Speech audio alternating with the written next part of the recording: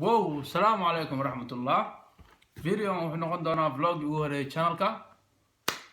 channelkan waxaa loo sameeyay inaan vlog ku sameyno inaan arrimaha kaga hadalno dhalinyarta inaan wax walba kaga hadalno. So maanta waxaa soo helay hal topic oo kaga hadli doono insha Allah. Farqiga u dhaxeeya wadankan aan ku noolahay iyo wadankayga hooyo.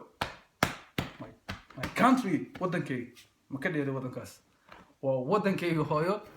iyo wadankayga hooyo markaa ku dhaha wadankayga hooyo waxaa ka wadaa Soomaaliya oo raacni wadan kale ma leeyahay hal wadan bas Soomaaliya.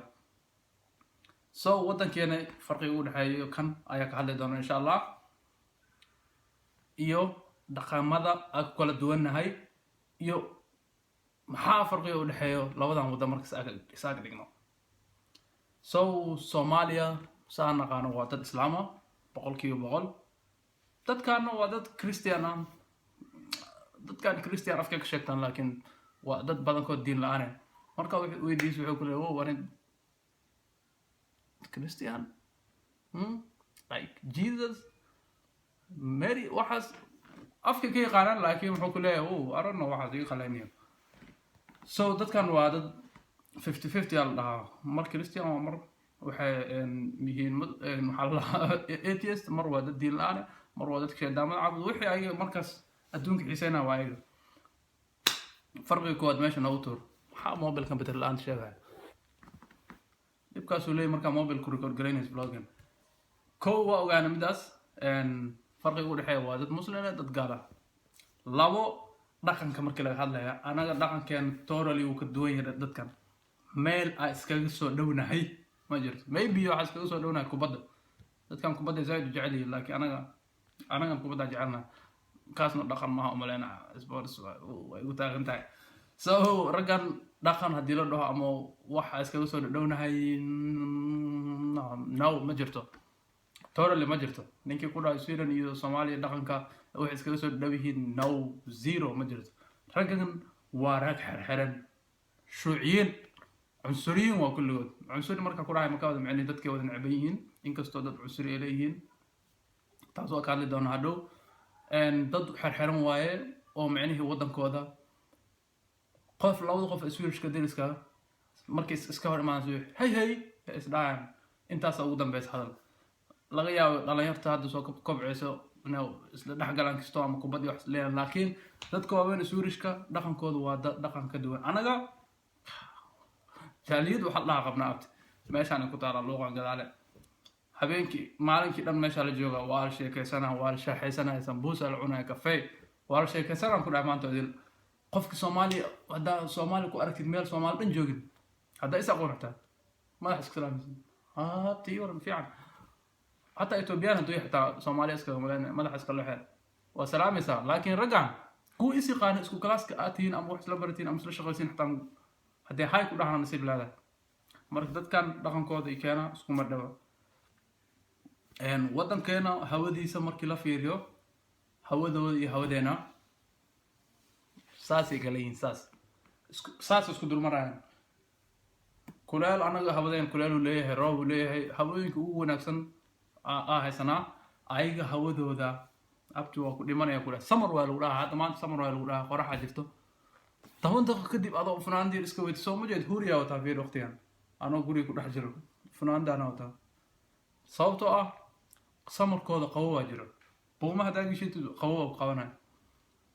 waqtiga kale oo winterka horta meel amartida waanay baraf hadda nasiib la gaariga ku dhaqaaqaynin subax markaa soo kacay hal saac waxa soo qaadanay magaciisi kii maxaa la baraf lagu hoolay baraf hooltaana gale waqtiga qabowaha oo roob jiro hawo ah ku dilayso laba jaakad adoo weetid waa qarqare samarkii waa kan waa aragnay. So hawadeeni hawadada isku madhawa waxay kala tahay koonfur iyo qoy ay kala tahay maxaa kala soo haray cunada waa topiga jecelahay dee cunada hadda maqashid cunada waa ku tashtaa cunada raggan iyo cunadeena ayagana sidoo kale isku madhawo maybe waxa iska soo dhownahay maxaa la dhahaa zero waxba iska ma soo dhawin abta